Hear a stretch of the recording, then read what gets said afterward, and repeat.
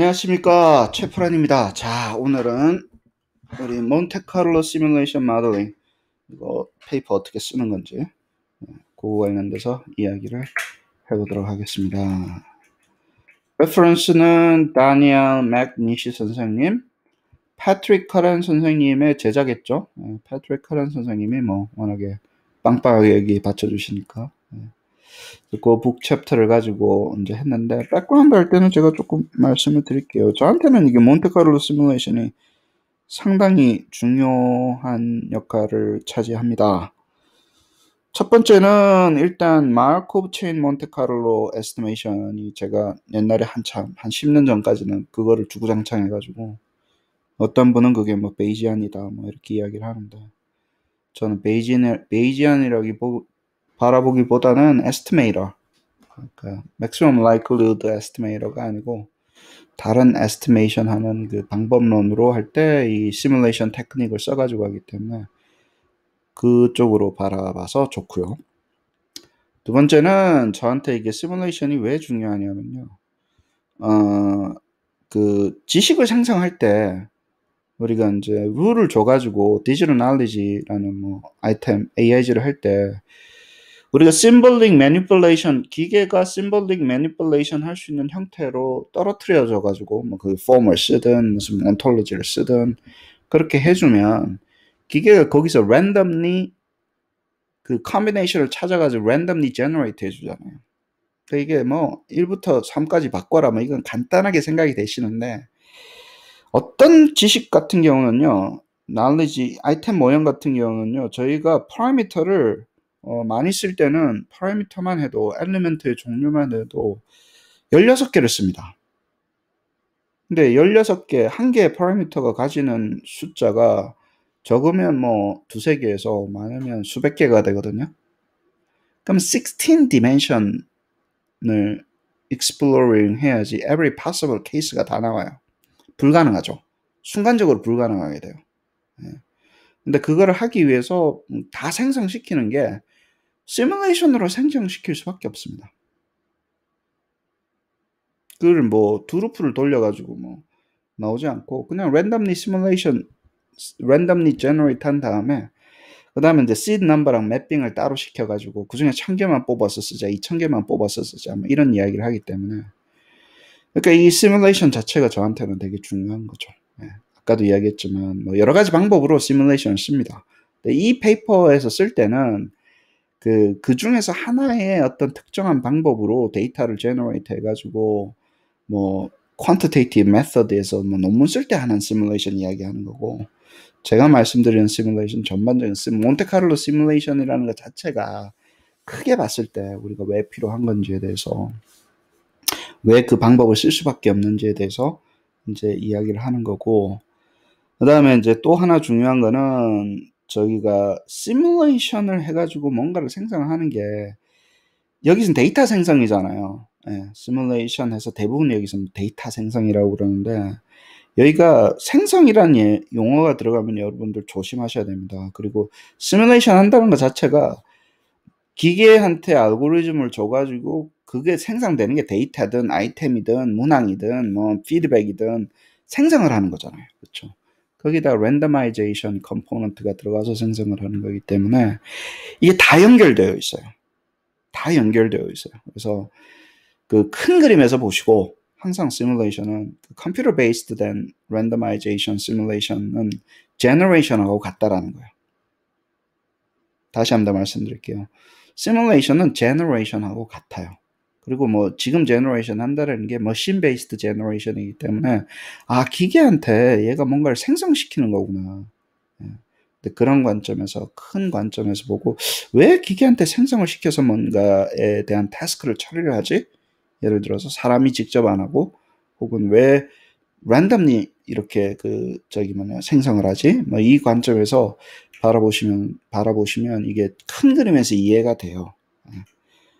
자, 우리 뭐 저번에 이야기했었죠. 스몰라르크, 바나나 맛 우유. 바나나 맛 우유 안에는 바나나가 들어있을까요? 없을까요? 뭐 이런 거. 그 다음에 우리가 바닐라 아이스크림. 네. 바닐라를 한 번도 먹어보지 못한 사람들이 바닐라 향을 가공된 향만으로 우리는 접근을 하면서 그 바닐라 향이 바닐라 향일 것이라고 착각하고 전 세계 사람들이 살잖아요. 실제 바닐라는 먹어보지 못했고, 그리고 그게 만들어진 가공된 거라는 걸 모르는 거죠, 사람들은. 예. 왜냐면 실제 바닐라는 이렇게 안 하니까. 그래서 시뭟라르크라는 용어를 이제 뭐 여러 가지 가짜 만들어냈으니까 진짜가 아니라 가짜 뭐 이렇게 되는 건데요. 이제 우리가 살고 있는 이 세상은 요즘도 오늘 보니까 무슨 뉴스 나왔던 뭐 딥페이크 뭐 선생님 얼굴을 합성시켰어요 뭐 이런 이야기로 나오면서 나오는데 진짜와 가짜가 구별되기가 거의 힘든 세상으로 진화가 됩니다. 특히 저희가 이제 디지털 상황 속으로 들어가면요. 이게 진짜 데이터인지 가짜 데이터인지에 대한 구분이 없어지기 시작할 거예요. 빠른 속도로. 예. 그래서 저희가 이제 연구할 때는 이미 이걸 테크닉을 많이 쓰죠. 데이터가 없는데, 그 실제 데이터인 것처럼 해가 만들어가지고 내가 만든 그 뭐 이밸류에이션이라든가 뭐 예를 들어서 뭐 모형이라든가 이런 걸 테스트 해보는 용으로 쓰는 거죠. 왜냐, 왜 그럴까요, 그러면? 왜 가짜를 써, 이 자식아. 네가 뭐, 짜가가, 진짜를 써야지. 그 유준 교수님 시뮬레이션 스터디 하면, 왜 그러십니까? 진짜를 쓰지. 이 가짜 데이터 아니에요. 그럼 물어보면, 뭐라 그럽니까? 조용히 해라. 네가 돈 낼 거가 진짜 데이터 고는. 그러니까 돈이 들기 때문에, 그러니까 이게 사실 원초적인 걸로 돌아가시면 됩니다. 뭐 이게 뭐 대단해서 하는 게 아니라요.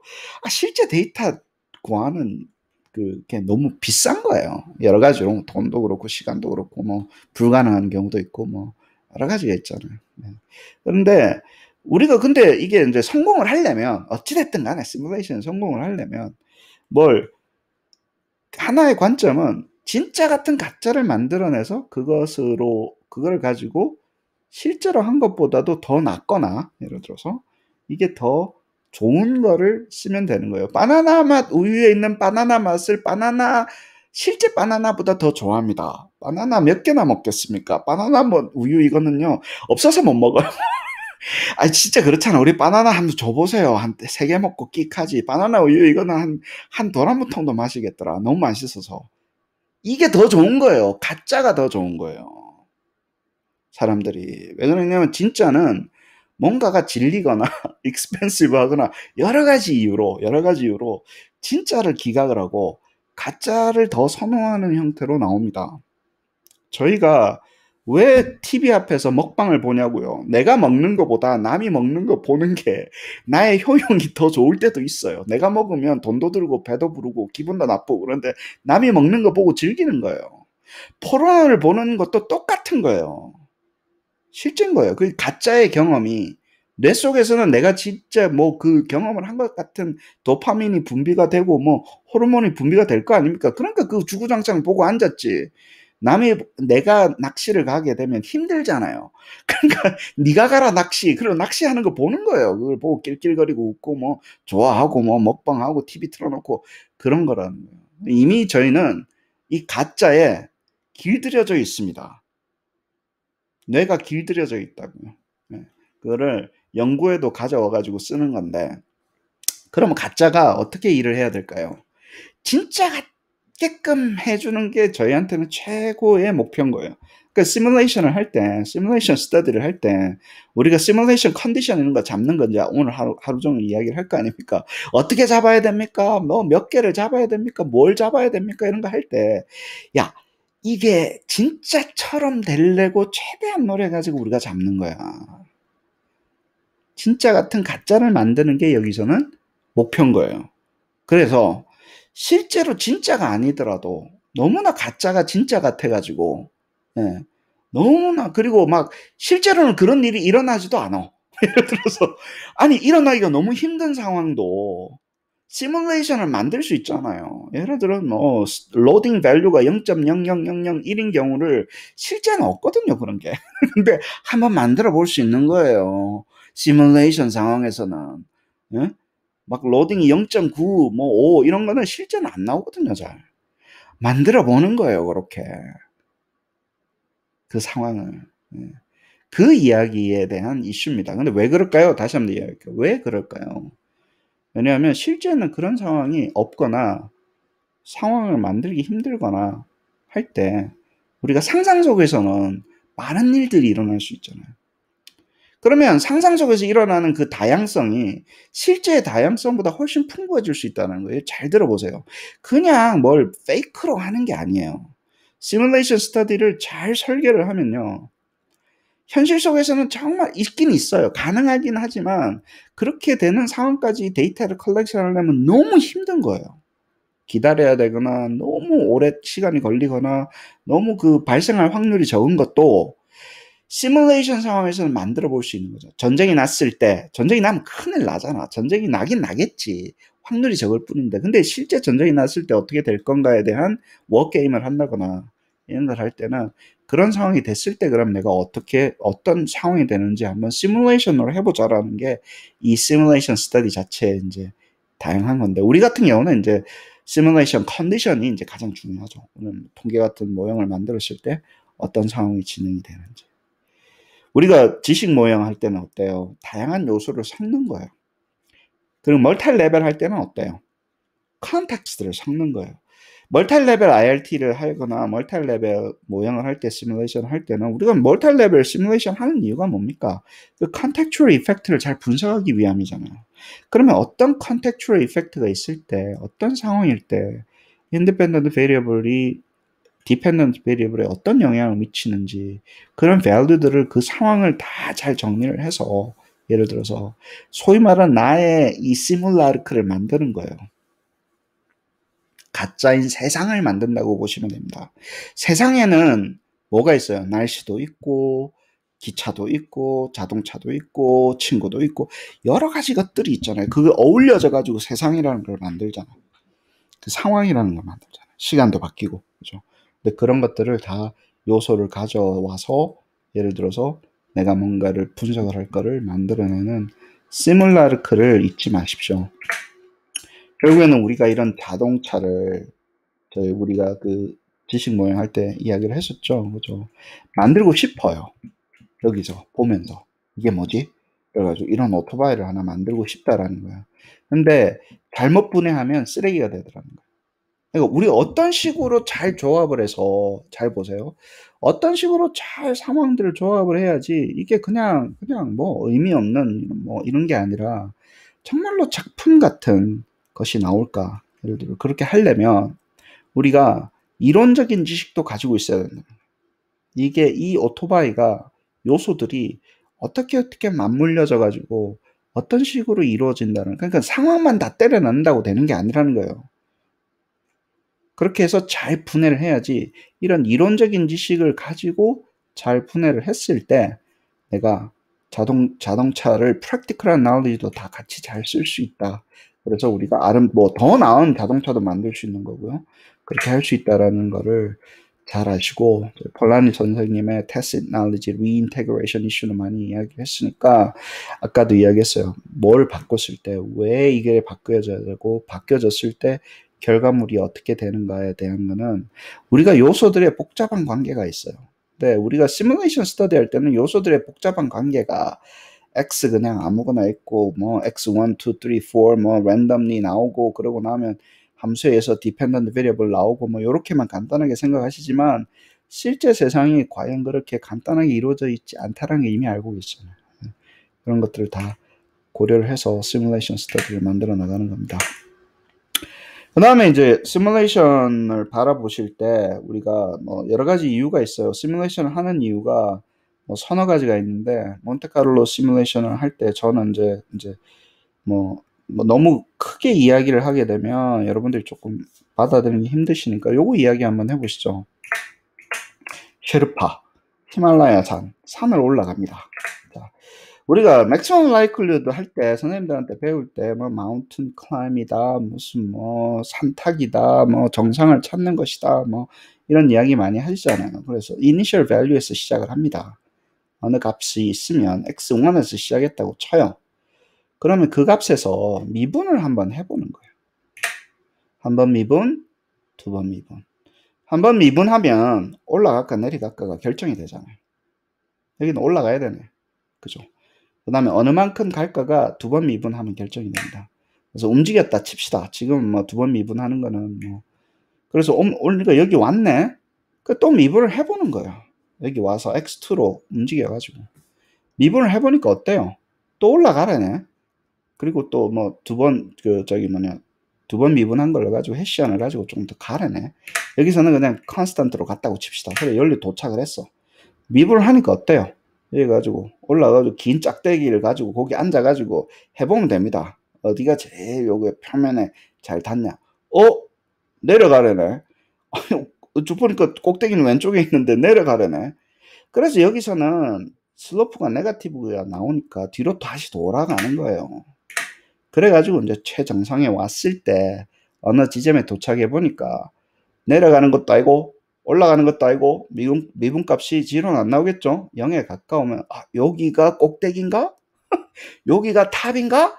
이렇게 해서 왔다 갔다 하면서 여기서 그럼 몇 번 만에 우리가 도착을 한 거예요. 그래서 한 번, 두 번 뛰고 세 번 뛰고 약 4번 만에 여기에 도착하는 거예요. 꼭다기를 간 거예요. 근데 이 방법이 mountain climbing하고 비슷하다 그래서 이제 maximum likelihood estimation. 근데 정확하게 이야기하면요, gradient descent method 경사하강법하고 같습니다. 이게 뭐 이걸 간단하게 만들어 가지고 이게 복잡해져서 우리가 multivariate로 일을 안 하고 타겟 이 펑션이 이상하니까 예를 들어서 경사하강법을 쪼개가지고 요즘 머신러닝에서 많이 쓰잖아요. 무식하게 쪼개가지고. 이건 상당히 멀티베리에이트 해가지고 맥시멈 라이클리후드 하는 거는 상당히 스마트한 방법이에요. 근데 이걸 갖다 버리는 거예요, 사람들이. 왜? 일을 안 하는 거예요. 모델이 복잡해지니까. 근데 경사하강법 자체는요, 그대로 가져오는 거예요. 딥러닝에서도. 그대로 가져옵니다. 맥시멈 라이클리후드라는 우리가 전체적인 방법은 다 갖다 버리잖아요, 지금. 그렇게 해서는 안 되는데, 예를 들어서 쪼개가지고는 경사하강법을 그대로 가져오는 거예요. 경사하강법 아이디어는요, 그대로 가져오는 겁니다. 그래서, 근데 이게 스마트하잖아요. 야, 3번 만에, 4번 만에, 대부분 보면 뭐, 맥시멈 라이클리후드, 뭐, 노멀 디스트리뷰션 같은 경우는, 타겟 디스트리뷰션 노멀이면 한 7번? 뭐, 사람들이 많이 해보면 한, 뭐, 7번 안으로 대부분 다 컨버지를 합니다. 그리고 이게 뭐, 예를 들어서 뭐, 컨케이브한, 이거, exponential family, likelihood 펑션이 exponential family로 이루어져 있고 하면요, 뭐, 바운더리 없고 하면요, 그냥, 후다다닥 갑니다. 멀티베리에이터 잘하고 예를 들어서. 근데 뭐 이게 샘플 사이즈가 없고 노말이 아니고 뭐 드라마가 나오면서 일이 생기는 건데 유니베리에이트한 상태는 이게 잘 되는 거죠. 자, 그러면 이거를 사람들이 예를 들어서 컴퓨터가 나오면서 이걸 시작을 했거든요. 개념은 1900년도에 있었고 한 100년 동안 다 해놨어요. 이거를 다 해놨는데 이게 일을 안 할 때가 있고 왜 지금 이걸 버리고 근데 이거는요 리니어 모델일 때는 일을 잘합니다. 우리께 전반적으로 리니어 모델일 때는 maximum likelihood 계열로 그게 뭐 full information이니 뭐 어쩌고 뭐 marginal로 무슨 뭐 integrate을 뭘 했니 안 했니 하지만 결국은 다 이 바닥에서 왔다 갔다 하는 이야기예요. 너무 뭐 두려워하실 필요도 산타는 이야기예요. 산타는 이야기. 근데 미분하고 적분을 좀 잘해야 되더라. 그래서 뉴턴 선생님이 미분 가르쳐 주셨다는 정립을 하셨잖아요. 그래서 주구장창 써먹고 이제 그거를 컴퓨터까지 해가지고 했는데 이 속도는 별로 이슈가 별로 없습니다. 이게 없는데 문제는 뭐냐면요. 이 산이 요렇게 이쁜 산이면 여기 일을 한다니까. 근데 이 타야 되는 산이 이쁜 산이지 않은 경우가 있는 거예요. 얘는 시작하는 점에서 그 한 봉우리를 만나면요. 그 봉우리만 하고 끝나요. 예를 들어서 여기 다른 봉우리가 있으면 못 가는 거예요. 근데 그거를 하려고 시작점을 뭐 한 3군데 해보자, 다른 데 해보자, 뭐 이런 지저분한 방법들이 많이 나오지만 개런티가 안 되는 거예요. 개런티가 안 되는 거예요. 이게 지금 찾은 꼭지점이 여기가 찐인지 요즘 애들 말로 시쳇 말로 찐인지 아닌지 찾을 수가 개런티가 안 되는 거예요. 개런티가 되는 상황에 되려면 아주 심플하거나 아주 이쁜 함수만 가지고 다룰 때만 되는 거고, 그리고 리니어일 때만 일을 하는 거고. 그래서 이제 사람들이 이거를, 야, 이거 좋긴 좋은데, 이게 개런티가 되기 위해서 우리 모형 자체가 너무 리니어만 가지고 아주 복잡해지는 non-linearity를 해결을 못하니까, 그 non-linearity를 해결을 하려고 소위 말하는 뭐 뉴럴 네트워크나 뭐 예를 들어서 뭐 딥러닝이나 이런 것들이 이제 발전을 했는데, 거기서도 이 경사하강법을 가져와서 그것을 뭐죠? 이렇게 조합해가지고 non-linearity를 해결을 한 거예요. 그러면서 데이터가 들어와 데이터가 충분히 다양하고 했을 때 non-linearity까지 일을 하니까 그것까지 다 저 fit을 잘 시켜주니까 결국에는 이거의 어떤 변종이긴 한데, 그러니까 이 모형이 유용하다 그러면서 요즘 각광을 받고, 그리고 아주 많은 뭐 머신러닝이나 뭐 이쪽을 해가지고 이제 실제 유용하게 쓸 수 있는 거죠. 복잡성을 잘 다룰 수 있으니까. 그런데 그게 오기 전에 예를 들어 사람들이 어떤 그 방법론을 했었냐. 아까 이야기했던 그게 개런티가 안 된다 그랬었잖아요. 그래서 개런티가 안 되는 부분에 대해서 해결을 하려고 이제 다른 방법으로 바라보기 시작을 했었던 거예요. 근데 Finding Nemo 이슈인데, 자, Finding Nemo를 할 때 Finding Nemo가 아니라 Finding Marline으로 보자고요. 우리가 부모를 놓고 자식을 찾는 방법이잖아요. 자, 이 부모를 놓고 얘가 이 부모한테 이 아이가 이 부모한테 왔을 확률을 찾을 수가 있잖아요. 그렇죠? 그러려면 우리가 parent를 놓고 아이를 evaluate 하는 거예요. 저희가 지금까지 해왔던 방법들은 내가 이게 맞다고 보고, hypothesis나 내 모형이 맞다고 보고, 나의 데이터를 evaluate하는 거예요. 데이터를 랜덤으로 본 거예요. 데이터가 이 속에서 랜덤리 나왔다라고 보는 거예요. 그래 놓고 parent, parameter는요, the fixed value였던 거예요. 어떤 fixed value에 대해서 우리가 데이터를 evaluate 하는 방법으로 통계를 써왔던 거예요. 그런데 자 보십시오. 자식을 놓고, 이놈의 자식아, 아이를 놓고 부모를 evaluate 할 수 있잖아요. 이 아이가 있는데 이 아이의 부모가 얘일까요? 다른 부모일까요? 샤크일까요? 고래일까요? 문어일까요? 이렇게 물어볼 수도 있는 거 아니에요. 데이터를 가지고. 다시 한번 더 이야기할게요. 데이터를 놓고 부모를 evaluate 하는 거예요. 그런 관점이 있을 수 있잖아요. 그렇게 되면요, parents는요 랜덤으로 떨어지는 거예요. 그러니까 얘가 fixed가 되고 데이터는 fixed가 되고, 그냥 이 부모가 얘가 이 친구의 부모일 확률이 높게 되는 거예요. 그렇죠? 그러면 물론 고래가 아니에요. 고래가 부모가 아니에요. 고래가 얘의 부모의 확률이 떨어지는 거고, 얘가 이 친구들이 얘의 부모일 확률이 높은 걸로 describe가 되잖아요. 그래서 parameter를 우리가 population parameter 자체를 랜덤으로 보는 거예요. 그러면 우리가 시뮬레이션 스터디 할 때는 그러면 이렇게 하나 저렇게 하나 똑같지만, 예를 들어서 시뮬레이션 스터디 할 때는 데이터를 제너레이트 해놓고, 자 보세요.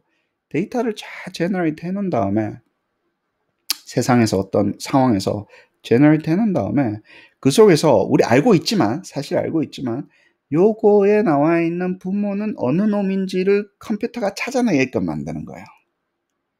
가장 이 데이터를 근간으로 예를 들어서 얘를 가장 라이클하게 잘 설명해주는 부모를 찾아가지고, 예를 들어서 그게 찐 부모인지 안 찐 부모인지를 비교하는 거예요.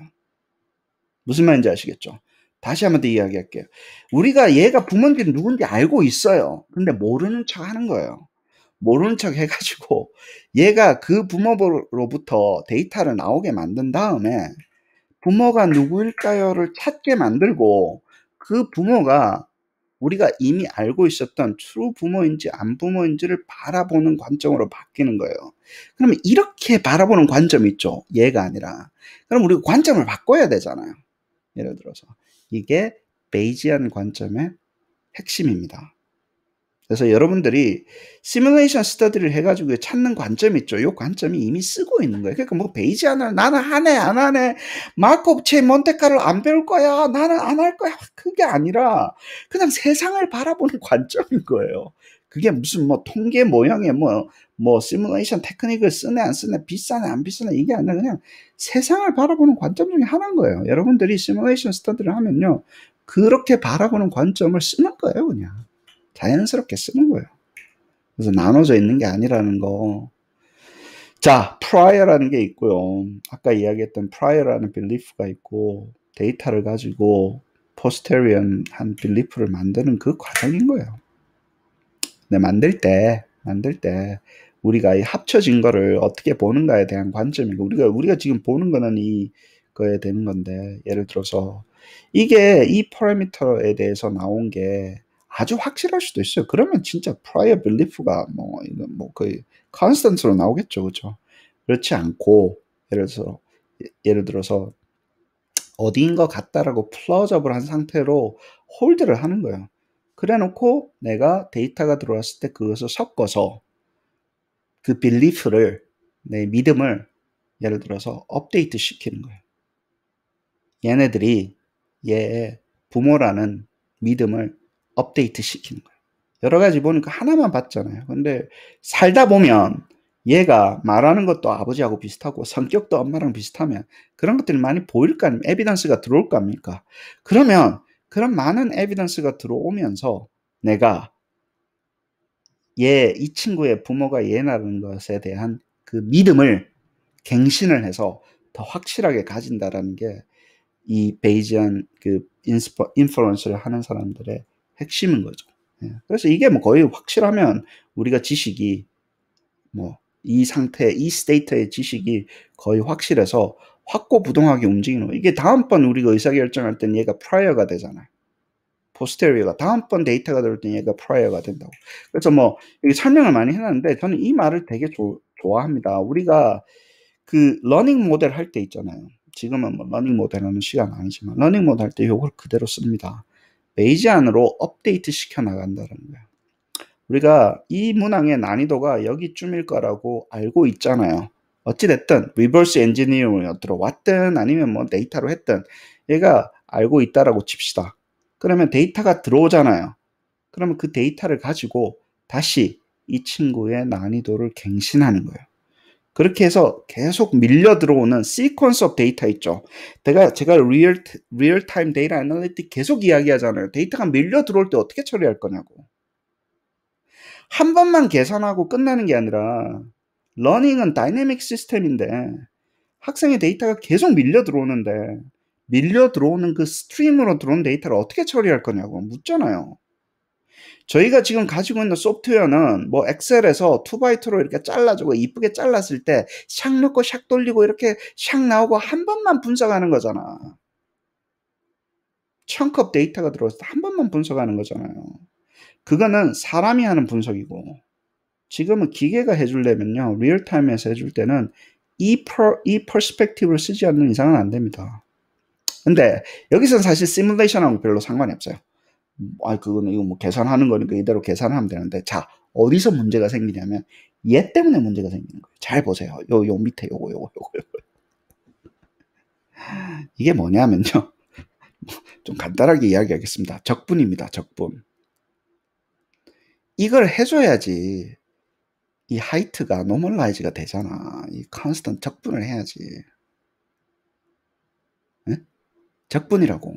근데 난리니어 적분이라고. 이게 아주 컴플리케이트한 난리니어 적분이라고요. 여기 수학과 여기 교수님 수학 전공하신 분들인데 이거 그냥 이 이야기입니다.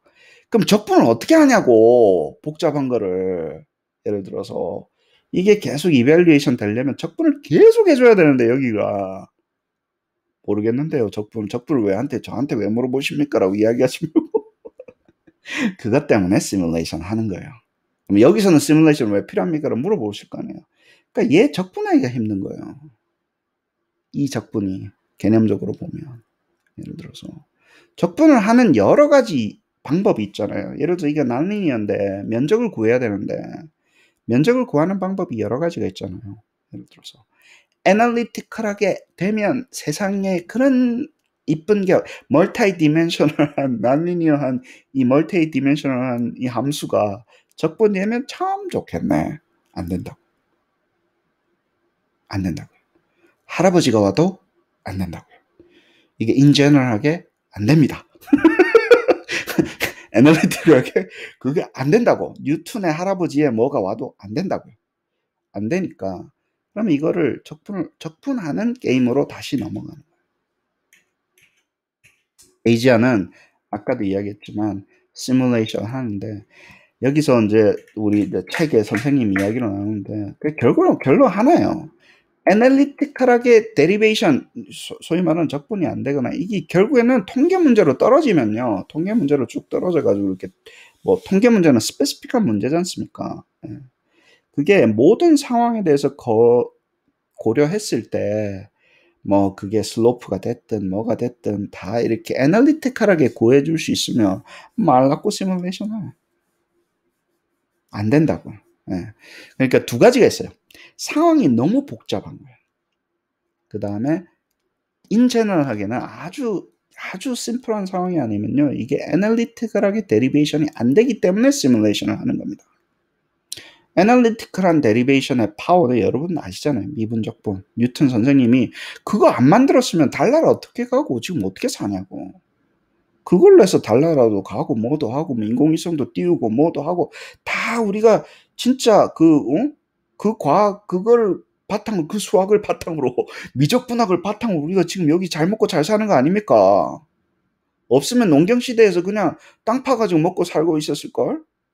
뭐 기계를 어떻게 만들어 그거를 예를 들어서 복잡한 거를 못 만들잖아요. 전자공학이 됐든 뭐가 됐든 간에 안 되는 경우가 많이 있는데 이 안 되는 경우 소위 말해서 이제 거의 선생님들이 미적분학으로 안 되는 경우에 해결하기 위해서 이 작업을 아까 이야기했었던 다 해봐라 다 이밸류에이션 해봐라 이제 그 시뮬레이션을 가지고 적분하는 건데 그 시뮬레이션 적분하는 방법이 예를 들어서 여러 가지가 있어요. 그것도 이제 뭐 그거는 이제 우리가 에스티메이션으로 다시 넘어가야 되니까 다음번에 합시다. 그 시뮬레이션으로 적분하는 방법이 몬테카를로 마르코브 체인 에스티메이션 테크닉이라는 거예요. 그때 몬테카를로 시뮬레이션으로 결국은 적분을 하는데 디멘셔널리티가 너무 많아지니까 마르코브 체인으로 얘네들 디멘션을 살짝 떨어뜨린 거예요. 디멘셔널리티의 커스가 생기기 시작을 합니다. 한 개 디멘션이면 할만해요. 한 3개까지도 할만합니다. 예를 들어서 그 joint probability를 분석을 하는 게 6개만 넘어가도요 안 됩니다. 근데 안 되는 걸 억지로 되게 하려고 하는 방법이 아까도 이야기했지만 그 시뮬레이션 테크닉으로 해서 이제 해결을 했는데 요즘에 이제 그것도 이제 뭐 그 디멘션이 높아지기 시작을 하는 거죠. 예를 들어서 그것도 옛날에는 1000개, 2000개 요즘 같은 IRT 같은 경우는 어때요? 한 1000명의 세타랑 한 50개의 아이템 파라미터랑 한꺼번에 분석을 하자는 건 1050개 아닙니까? difficulty만 있다고 하더라도 1050개의 파라미터가 한꺼번에 estimation 되는 거예요. at the same time. 베이지안 쓰면 maximum likelihood는요 30개 파라미터만 있어도요 일 안 합니다. 한꺼번에 분석하려면 쪼개서 하지 않는 이상. 그렇죠. 그러니까 베이지안 같은 경우는 시뮬레이션, 그러니까 베이지안이라고 보지 마시고 시뮬레이션으로 그 최적화를 시키는 거는요 어마어마하게 발전했습니다. 그 방법론들이. 지금 딥러닝 같은 경우는 파라미터 개수가 몇 개입니까? 100만 개, 1000만 개 되잖아요. 뭐 더 많다 그러더라고요 요즘에는. 그게 에스티메이션이 되는 거예요. 파라미터가 그렇게 거의 뭐 숫자가 어마어마하게 증가해도 되는 거예요. 그게 아까 이야기했던 게 뭐다? 기존에 있었던 maximum likelihood를 쪼개가지고 아주 간단한 형태로 만든 다음에 시뮬레이션을 갖다 붙여가지고 서로 연결시켜서 쓰는 거예요. 그렇습니다. analytic derivation 자체가 아까 얘기했던 미분적분 자체가 안 되고 다양한 상황을 이제 고려를 하는 컨텍스트의 두 개입니다. 결국에는 실제 상황하고 아주 비슷하게 만드는 그 작업들, 이런 사이즈라든가 뭐 샘플 사이즈라든가 미싱 데이터라든가 이런 거를 다 고려해가지고 애널리티컬하게 트랙터블 하지 않기 때문에 그래서 시뮬레이션 테크닉을 써가지고 다 해봐라. 네가 가라 하와이, 나도 가고 니도 가고 다 가봐라. 그 상황이 벌어지는 겁니다. 저희 같은 경우는 계속 이야기할게요. 영향을 미치는 그 상황들, 컨텍스트들, source of variability들을 여러 개를 구성을 해가지고 결국에는 그걸 합친 다음에 컴바인해서 이밸류에이션 한다는 거예요. 새로운 이제 통계 모형 같은 게 일을 잘하는지를 보려면 뭐 바이올레이션 됐냐 안 됐냐, 뭐 스트럭처가 어떻게 됐냐, 어떤 식으로 에스티메이션 하냐, 데이터가 어떻냐, 이런 상황을 만들어서 결국에는 우리가 이제 그 분석하고자 하는 것을 하나씩 분석을 하는 거죠. 그렇습니다. 아이고, 백그라운드 하는데 40분 지났네. 자, 나머지는 뭐 지금까지 이야기했던 거를 스페시픽하게 정리하는 거에 불과하다고 생각을 합니다.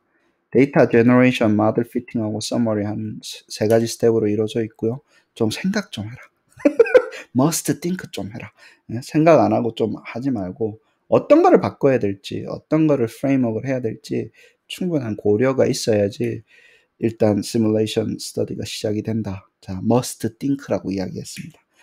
하도 하는 사람 생각 안 하고 그냥 막 갖다 붙여가지고 아무거나 해도 돼요. 이렇게 이야기하니까 하는 거고요.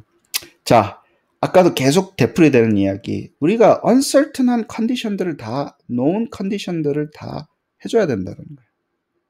under certain known 컨디션에 대해서 우리가 분석을 해야 되니까 이 컨디션을 잘 정리를 해야 된다는 거예요. 어떤 상황에서 할까? 예를 들어서. 그 다음에 뭐 assumption에서 얼마나 rigid 하냐, stable한 솔루션을 주냐, 이런 것들이 이제 아웃컴이 주로 되는 거고, 그렇죠? 그렇습니다. internal하고 external validity의 observed and research에 대해서 우리가 external validity는 generalizable, 얼마나 generalizable 하냐, 이거는 어떻게 우리가 확보를 하는 겁니까? 다양한 컨디션이 들어가면서 확보를 하는 거고, internal validity 자체는 우리가 이제 뭐 A가 B를 코자 하냐, 그에 대한 무엇이 나의 그 시뮬레이션 아웃컴에 영향을 미치는가에 대한 코절 인퍼런스를 정확하게 잡는 거고, 네. 그 두 가지로 해가지고 셋업을 하는 거고요. 리서치 하이포테시스, 여기 간단하게 이야기하시는데 저는 되게 중요하게 생각을 해요. 도대체 너 시뮬레이션 해가지고 뭘 알고 싶은 거냐? 시뮬레이션 돌리기 전에 뭘 하이포테사이즈 하냐? 그게 그 하이포테시스나 리서치 퀘션이 얼마나 노블하냐? 그건 우리가 철저하게 리스폰서블 한 겁니다. 대부분의 시뮬레이션 스터디는요, 리서치 퀘션 없어도 되는 거 아닙니까? 이건 그냥 뭐 조건 잡아가 다 돌려가지고 서머라이즈만 아니에요. 하이포테시스 있어야 돼요. 그러니까 하기 전에, 시뮬레이션 하기 전에 도대체 뭘 expect 하는지, 왜 그렇게 expect 하는지가 프로포절에 들어가야 됩니다. 그래야지 시뮬레이션 스터디가 완성이 되죠. 뭐 시뮬레이션 스터디 한다고 하이포테시스 없다고 하는 건 저는 반대입니다. 네 번째, justification for the using simulation. 시뮬레이션 아까 이야기했죠. 왜 하냐고. 그러니까 시뮬레이션 왜 하냐고. 졸업하려고요. 왜 시뮬레이션을 해서 졸업을 하려고요? 데이터 컬렉션 하면 돈 들고 시간 걸리잖아요. 쉽게 졸업하려고요. 그냥 조용히 하고 졸업장 주세요, 교수님. 아따, 되게 깐깐하게 하시네. 어? 나도 교수도 하고 나도 박사만 하자. 나도 한 묵자만. 이렇게 이야기하기 시작하시면 그 한도 끝도 없습니다. 그렇게 졸업이 안 됩니다. 그렇게 이야기하시면. 시뮬레이션 스터디를 할 때 애널리티컬하게 안 되고 다양한, 아까도 좋은 이야기 드렸잖아요. 이게 현실 상황의 데이터는요, 오히려 제너럴라이저블 하지 않다라는 거예요. 제가 테크닉을 알려드리는 겁니다. 현실 상황은 현실 상황이지만 한 개의 싱글 스팟에서 하나의 어떤 관점에서 컬렉션 할 수밖에 없잖아요. 예를 들어 3학년짜리 데이터 좋아요. 리얼 데이터 좋아요. 4학년은 어쩔 건데, 5학년은 어쩔 건데, 수학 가지고 했어요. 과학은 어쩔 건데, 예를 들어서. 그런 것들은 예를 들어서 해결을 해줄 수가 없죠. 뭐 졸업해야 될 거 아닙니까, 언젠가는.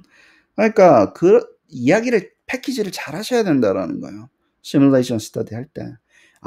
여러 가지 상황을 고려하려면 시뮬레이션 스터디가 리미티드, 현실보다는 리미티드 되는 것도 있지만 더 좋은 것도 있습니다. 왜냐하면 다양성을 많은 상황에 대해서 내가 thoughtful하게 디자인을 하면, 설계를 하면 그렇게 될 수 있기 때문에 그렇습니다. 라고 이야기를 해주시면요. 좋습니다. 애널리티컬한 데리베이션은요. full answer가 안 되는 경우 많아요. 누가 니 보고 데리베이션 하라 카드노 내가 졸업할 때. 예를 들어서 누가 니 보고 데리베이션 하라 카드노. 그리고 이거는 그러니까 뭐 이게 relevant 할 때도 있는데요. Analytical deliberation full research question이 full defense가 아닐 수도 있어요. 그러니까 다시 한번 이야기할게요. 시뮬레이션으로 더 많은 다양성을 확보돼서 해준다면 empirical 데이터 컬렉션보다 좋은 면이 있을 수 있다는 것을 잘 활용을 하십시오. 시뮬레이션 스터디 할 때. 또 이야기하시네. 또 고를 써라. 고를 never be used as substitute for thinking. 좀 생각 안 하려고 시뮬레이션 스터디 하지 말고 시뮬레이션 스터디 한다고 그냥 no brainer 열심히만 하면 되지 않는다고 생각하시면 안 그렇습니다. 시뮬레이션 스터디도요. 진짜 고민 많이 필요합니다. 그래서 그거를 충분히 고민해서 그러니까 어떤 디자인으로 만들고 왜 이 디자인이 필요한 거고 왜 이 디자인이 적절한 건지에 대해서는요. 저스피케이션 어마어마하게 하셔야 됩니다. 그게 좋은 거니까 말을 많이 안 해도 되니까 시뮬레이션 스터디 간다고 생각하시지만 그렇게 글쎄요. 뭐 에이시안들이 뭐 좋아하잖아요. 저도 그 트랙을 탄 거고 졸업할 때. 클레버한 것 같지만 세상은요. 공짜 없더라고요. 네. 자, number 5, selection of manipulated condition and supporting rationale. 이거 많이 이야기했죠. 그렇죠? 이게 핵심입니다. 왜 그거 바꿨어? 왜 그거 정했어? 왜 그 레인지로 했어? 그거를 충분히 적어주시는 게 이게 좋고요. 그 다음에 저는 이 이야기를 참 좋아합니다. 몬테카를로 시뮬레이션을 랜더마이즈 익스페리먼트처럼 보라는 거예요. 내가 이 요소를 바꾸면 내 디펜던트 베리어블은 안 바뀔 거야. 바뀔 거야. 이런 미케니즘에 의해서. 그리고 근데 바뀔 것 같은데 얼마나 바뀌는 건지 잘 모르겠습니다. 그 디펜던트 베리어블 잡은 다음에. 그래서 실험 설계하듯이 우리가 랜더마이즈드 익스페리먼털 리서치를 하듯이 몬테카를로 시뮬레이션을 디자인을 하시면요. 정말 그 과정이 풍부하게 됩니다. thoughtful하게 진행이 되는 거예요. 저는 이 관점은 되게 중요하게 생각합니다. 우리가 실험 연구를 하기 되게 힘들잖아요. 현실 속에서. 왜 힘들어요? 애들을 가지고 저희는 대부분의 서브젝이 휴먼인데 실험 연구하기 되게 힘들어요.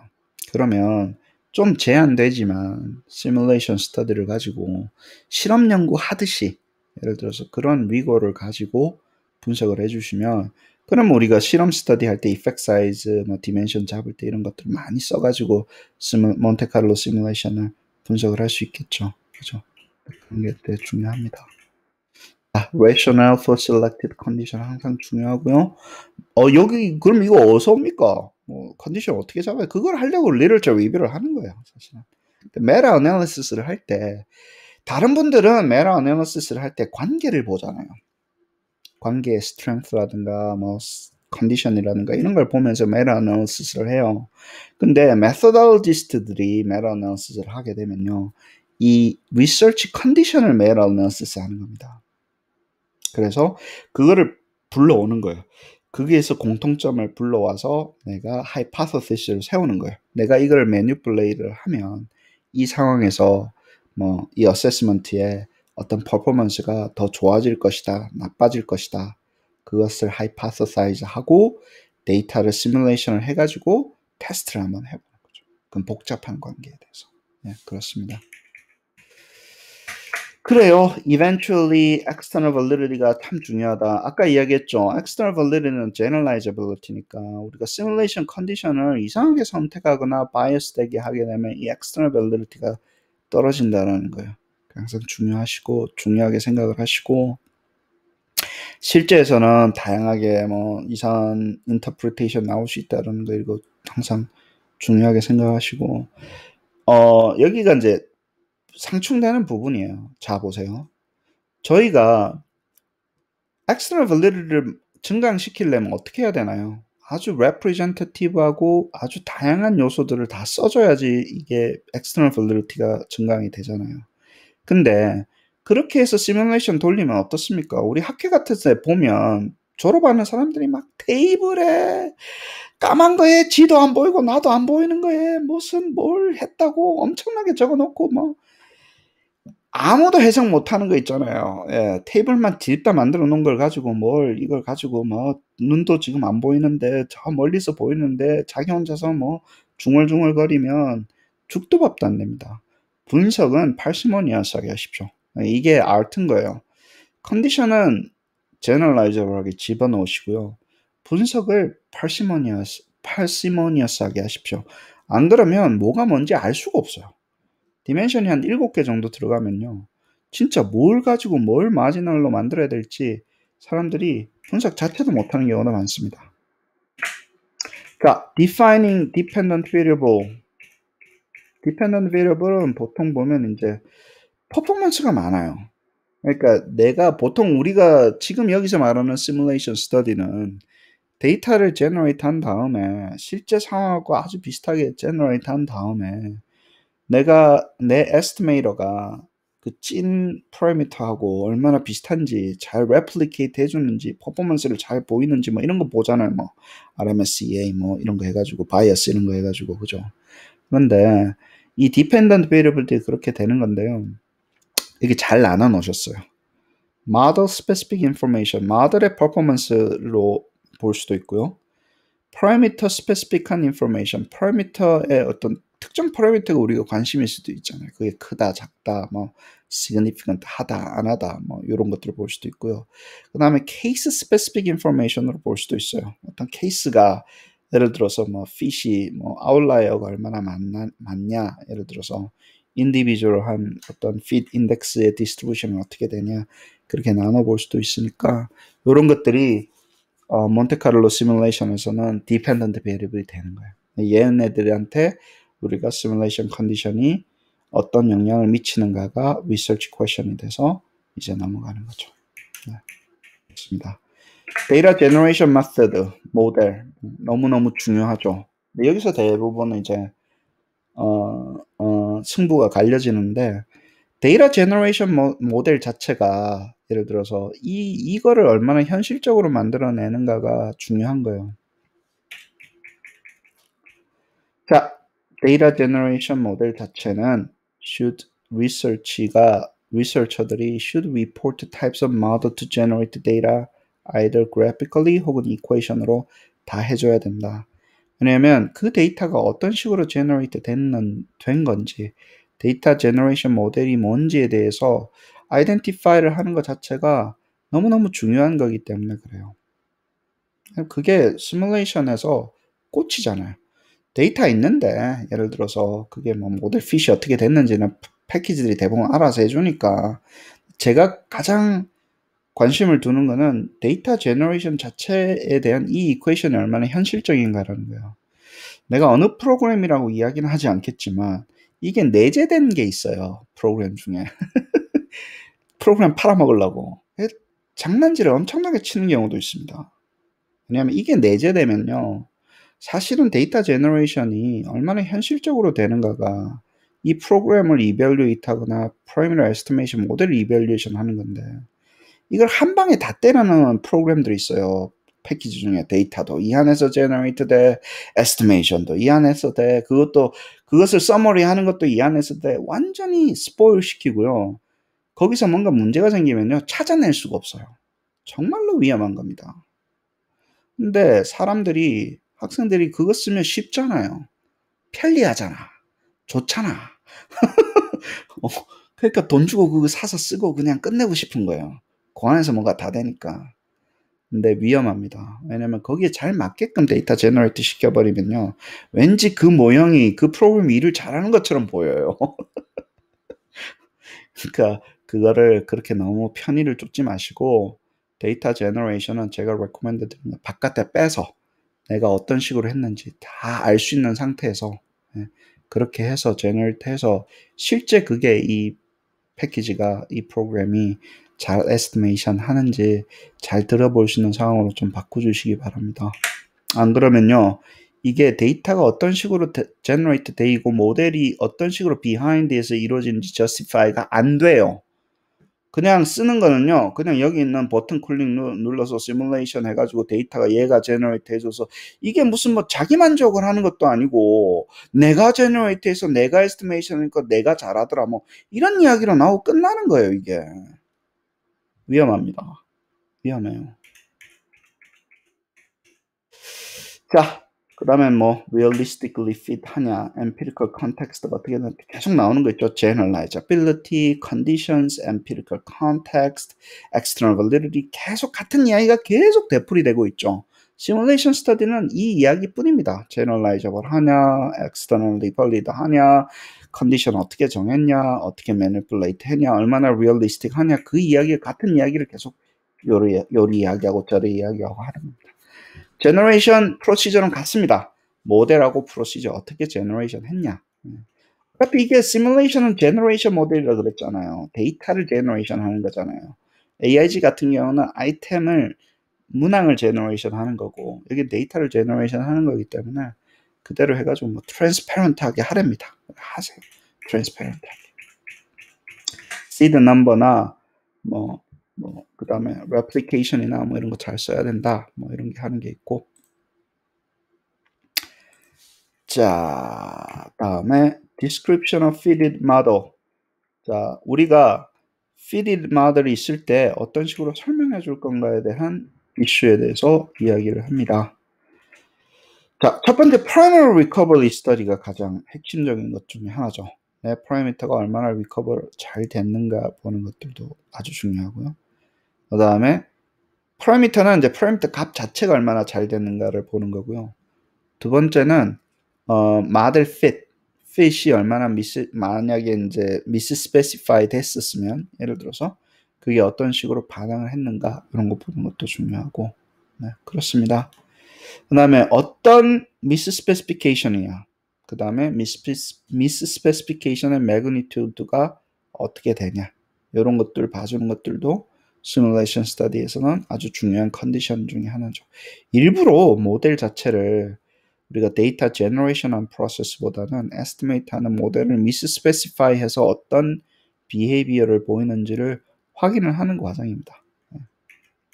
그것도 중요한 리서치 퀘션이 될 수도 있겠죠.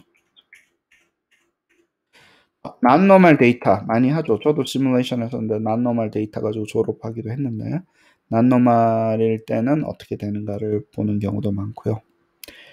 그 다음에 이제 만약에 데이터를 generate 우리가 세상은 이제 empirical한 상황을 만든 것과 그 다음에 모델은 그 상황에 맞을 수도 있고 안 맞을 수도 있잖아요. 근데 이게 만약에 같다면 내가 generate한 상황과 fit이라는 상황이 똑같다면 그거는 반드시 설명을 잘 해줘야 됩니다. 라고 이야기를 하십니다. 묘구에 같을 수도 있고 다를 수도 있잖아요. 같은 경우 다른 경우는 확실하게 구분을 해주셔야 돼요. fit을 시킨 모델과 데이터를 제너레이팅 시킨 모델이 같은 경우 안 같은 경우 그렇습니다. 열 번째는 이제 dependent variable, 시뮬레이션의 dependent variable은 아까도 얘기했지만 performance 같은 경우죠, 그죠? 여러 가지 aspect of performance를 어떤 식으로 분석을 할 건가에 대한 이슈인데요. 좋죠, 그죠? 그다음에 여러 가지가 있을 수 있어요. 근데 선생님, 저도 이 선생님한테 전적으로 동의를 하는 게 해석입니다, 결국에는. 내가 그 애스펙트에서 해석이 잘 되게끔 해주는 게 스탠다드라는 거예요. 내가 뭔가 평가를 해야 되잖아요. 이게 어떻게 되는데 얼마나 내가 해석을 잘 되게끔 잘 오거나이즈 해서 설명을 잘하는가가 이슈라는 거예요. 뭐 이게 크다 적다 뭐 이렇게만 하는 게 아니라 왜 큰 겁니까? 왜 모델 핏 인덱스가 여기선 크게 나오는 게 맞는 겁니까? 왜 이게 작은 겁니까? 예를 들어서 이 relative bias가 커지는 거는 어떻게 설명할 수 있습니까? 나의 뭐 새로 만든 모형이 이제 그런 것들을 가지고 잘 해줘야 되고요. 뭐 타입 1 에러 레이트 같은 경우는 이게 얼마나 인플레이트 됐냐 안 됐냐는 하나의 관점에서 쓰는 경우도 있죠. 그 다음에 인터벌 커버리지 매트릭 같은 거 되게 중요한 거고, 그죠? 얼마나 이게 트루 밸류를 예를 들어서 몇 번이나 컨테인 했냐, 예를 들어서 내가 여기를 가지고 인터벌 에스티메이트를 만들었는데 그게 트루 밸류를 몇 번 중에 몇 번을 커버리지 했냐. 그게 이제 엠피리컬한 그 컨피던스 인터벌 커버리지 매트릭을 만든다라는 용어를 쓰거든요. 이거는 상당히 중요한 거라고 봐요. 이걸 하기 위해서 시뮬레이션 스터디를 하는 경우도 있거든요. 왜냐하면 이게 애널리티컬하게 드라이브 되는 게 쉽지가 않잖아요. 뭐 이펙트 사이즈의 인터벌 에스티메이트 그거는 뭐든 간에 그래서 요거를 관련해 가지고 우리가 시뮬레이션을 통해 가지고 다시 한번 더 말씀드리겠지만 인터벌 에스티메이트의 그 퍼포먼스를 보는 경우도 있기 때문에 여기는 뭐 중요하게 이게 아주 중요한 역할을 할 수도 있죠. 저희 그 시뮬레이션 스터디에서. 좋습니다. 다시 한번 더 말씀드리지만 익스페리먼트처럼 보세요. 실험 연구처럼 보세요. 내가 이걸 바꿨을 때 이 실험을 해서 이걸 넣었을 때 어떤 역할을 할까? 예를 들어서 어떻게 영향을 미칠까? 아웃컴에 마더레이팅을 할까? 혹은 인터랙셔닝을 할까? 아니면 이거 완전히 인디펜던트한 영향을 미칠까? 영향 자체를 안 미칠까? 세 가지 정도는 진짜 이야기를 해주셔야 됩니다. 인터랙팅 이펙트가 있을까? 마더레이션 이펙트가 있을까? 이 컨디션이 뭐 이런 것들 보시고 그러면서 당연히 이펙트 사이즈는 어느 정도 될까? 어느 정도 내가 그 피드 인덱스에 영향을 미칠까? 예를 들어서 이런 요소들이 그런 것들을 가지고 이펙트 사이즈 메저도 만들어 보시고 똑같아요. 결국엔 안오반데 디펜던트 베리어블이 이제 퍼포먼스 오브 스터디가 되는 거죠. 퍼포먼스 오브 에스티메이터가 되는 거죠. 즉 그거를 가지고 이제 그 인디펜던트 베리어블은 뭐다? 그 시뮬레이션 컨디션들이다. 그렇게 해서 이밸류에이션 하는 거니까. 뭐 details about data analytic method도 뭐 다 잘 적어야 된다. 뭐 이렇게 하시고 replication이라든가 뭐 cellmin이라든가 이런 거 다 잘 해야 되니까 꼼꼼하게 잘 적어주셨어요. 거의 뭐 시뮬레이션 스터디 할 때 체크리스트처럼 쓰셔도 될 만큼 다 자세하게 example도 많이 달아주셨기 때문에 상당히 유용하다고 봅니다. 자, representation of result. representation 좋죠. 그죠? 자, 시뮬레이션 스터디 하면서 가장 힘든 게 뭐냐면요. summarize 하는 거예요. 그래서 어쩌라고. 그쵸? 마지막에 conclusion은 아주 efficient하게 해주셔야 돼요. 테이블 막 때려 넣어놓고 막 그래서 다 끝냈습니다. 뭐 평균 구하래서 평균 구했습니다. 뭐 이렇게 하지 마시고 그래서 이거를 얼마나 다른 사람이 유용하게 그 쓸 수 있을 만큼 해주시고 그 다음에 뭐가 뭐 약점인지에 대해서도 잘 해주시고 제일 중요한 게 있어요. 그러니까 여기서 뭔가를 빠졌으니까 이런 것들은 꼭 해보십시오. 내가 이런 이유로 좀 빠졌고 그냥 다른 사람이 replicate 할 수 있게끔 해주셔야 돼요. 내 스터디를 가지고 extend하고 그렇게 적어놓은 conclusion이 저는 가장 thoughtful하고 좋았다고 봐요. 다시 한번 더 말씀드릴게요. 결론을 적을 때 다른 분이 여기서 다음번 연구로 어떻게 확장시키고 그 다음에 내 연구를 다시 한번 더 해가지고 확인을 하고 잘 할 수 있게끔 충분히 설명을 해주시는 게 참 중요하다고 생각을 합니다. 그리고 다음번에 우리가 설계를 할 때 뭘 조심해야 되고 뭘 조금 더 해봐야 되고 뭘 어떤 식으로 그 실제 분석을 할 때 어떻게 해야 되는 레코멘데이션 있죠. 근데 그게 잘 나가게끔 해주시는 거예요. replicability, 그 다음에 extendability, 그 다음에 recommendation, 뭐 이런 것들 좀 꼭 하시고 그렇습니다. 뭐 table, figure, graphical form 뭐 이런 것들 중요하다 그래서 항상 representation은요 이거예요. 결국에는 우리 디지털 representation 한번 했었잖아요. knowledge representation modeling. 예, 결국엔 테이블이나 피규어나 플롯이나 뭐 이런 것들을 잘 섞어가지고 얼마나 잘 보이냐, 뭐 그 제너럴하게 어드바이저블 되냐, 뭐 이렇게 해주는 게 representation의 표상인 거죠. 지식의 이제 여러 논문이 지식이잖아요. 지식의 표상을 만드는 거니까 이런 것들 많이 쓰시라는 거. 워드로만 너무 점철을 하시게 되면 힘드니까 워드는 이제 가이드 같은 거 주실 때 하시고. 예. 그렇습니다. 그 다음에 이제 aggregating 하는 게 참 힘들어요. 네, 왜냐면 7개 컨디션을 만들어 놓으면요. 한 2-3개밖에 한꺼번에 못 보잖아요. 그러면 나머지 5개는 aggregating을 다시 시켜주셔야 돼요. 그렇죠. 대부분의 테이블이라든가 이런 게 한 2디멘션밖에 디스플레이가 안 돼요. 많이 해봤자 3개 디멘션밖에 안 되니까 나머지 3-개는 aggregating을 시켜야 되는 거예요. 그래서 aggregating 시킬 때 문제가 생길 수도 있으니까 처음에 만들 때 잘 representative하게 만드시고 aggregating을 나중에 시켜야 된다는 걸 염두를 두고 컨디션을 만드십시오. 다시 한번 더 말씀드릴게요. 어차피 할 때는 한꺼번에 못 보니까 7 컨디션이 있으면 7 디멘션이 있으면 서너 개는 애그리게이팅을 시킬 수밖에 없어요. 그럼 우리가 만들 때부터 each dimension을 만들 때부터 내가 이거 애그리게이팅 시켜야 되지 나중에. 그렇잖아요. 그러면 그 애그리게이팅 시킬 거를 염두에 두시고 처음에 설계를 하셔야 됩니다. 그거는 상당히 중요한 이슈예요. 왜냐면 아무거나 해놨다가 나중에 평균 구했는데 그 평균 구한 게 말도 안 되는 게 올 수도 있잖아요. 그렇죠. 그래서 잘 애그리게이팅 될 때 문제가 안 되게끔 each dimension을 설계해주는 그런 진짜 그러면 프로가 되는 거예요. 네, 그렇습니다. Summary of key finding, recommendation. recommendation. 그렇죠. 결국에는 recommendation으로 떨어지시면 좋아요. 마지막에는. 그러니까 앞으로 이걸 해보십시오. 그러니까 이걸 좀 연구를 더 해보십시오. 이거는 좀 부족했으니까 조금 더 해야 될 것 같습니다.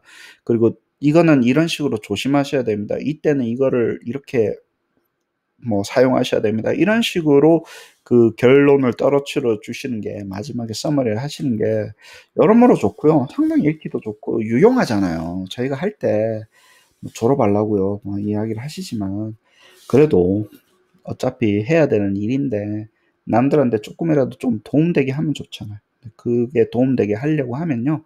recommendation 포맷으로 하시면 됩니다. 그래서 남들이 실수를 좀 덜하고 오류를 좀 덜 범하고 남들이 연구를 확장시킬 때 좀 도움되게 하고 확인하려 때 도움되게 하게끔 정리를 해주시는 게 그게 좋은 것 같아요. 요즘 나이가 들어가니까 그렇게 적은 게 좀 좋더라고요. 네. 아무튼 고생 많이 하셨고요. 오늘은 여기까지 하시죠. 네, 감사합니다.